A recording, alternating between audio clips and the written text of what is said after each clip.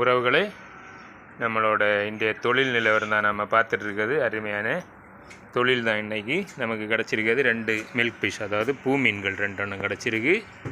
பாருங்கள், அருமையாக ஃப்ரெஷ்ஷாக தான் இருக்குது. ரொம்ப ஃப்ரெஷ்ஷாக இல்லாட்டாலும் பரவாயில்ல, நல்லா தான் இருக்குது. அப்புறமா நமக்கு கிடச்சிருக்கிறது ஒரு பாறை மீன். அது கெட்டு போச்சு. அதை நாம் கருவாடு பண்ணலான்னு யோசிச்சுட்ருக்கோம். கருவாடு பண்ணால் நல்லா தான் இருக்கும், பார்ப்போம். அப்புறமா நமக்கு கிடச்சிருக்கிறது அழகான நீல நிற ஆண் நண்டு தான். 4 ஆண் நண்டுகளும் ஒரு பெண் நண்டு கிடச்சிருக்கு. பாருங்கள் உறவுகளே, 4மே மிகப்பெரிய ஆண் நண்டுகள் பாருங்கள். அப்புறமா நமக்கு கிடச்சிருக்கிறது ஒரு பெண் நண்டு. பாருங்கள், பெண் நண்டு பச்சை நிறத்தில் இருக்குது. பெண் நண்டோட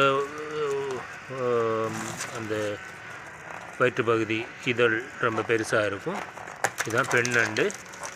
அப்புறமா ஒரு கட்டா மீன் கிடச்சிருக்கு. கட்டா மீன் கெட்டு போயிடுச்சு. நமக்கு கிடச்ச மீன்களும் நண்டுகளும் தான். நம்மளோட ஒரு உறவு வந்திருக்காங்க.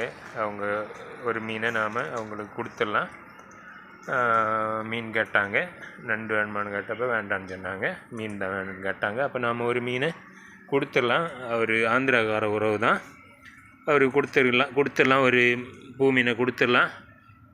பாய் ஆஜா லேலோ. நம்மளோட ஆந்திராக்கார உறவுக்கு தான் நாம் கொடுத்துருக்கோம். ஓகே பாய், ठीक है ना? थैंक यू बोलता है. ஓகே. நாம் அப்புறமா நமக்கு இந்த மீன்களை நம்ம தேவைக்கு எடுத்து வச்சிடலாம்.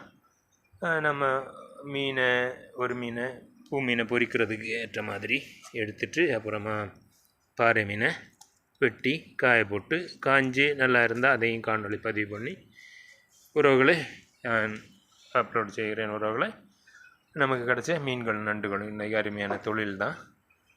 நல்லபடியாக மீன் கிடச்சிருக்கு. ஓகே உறவுகளை, பாய்.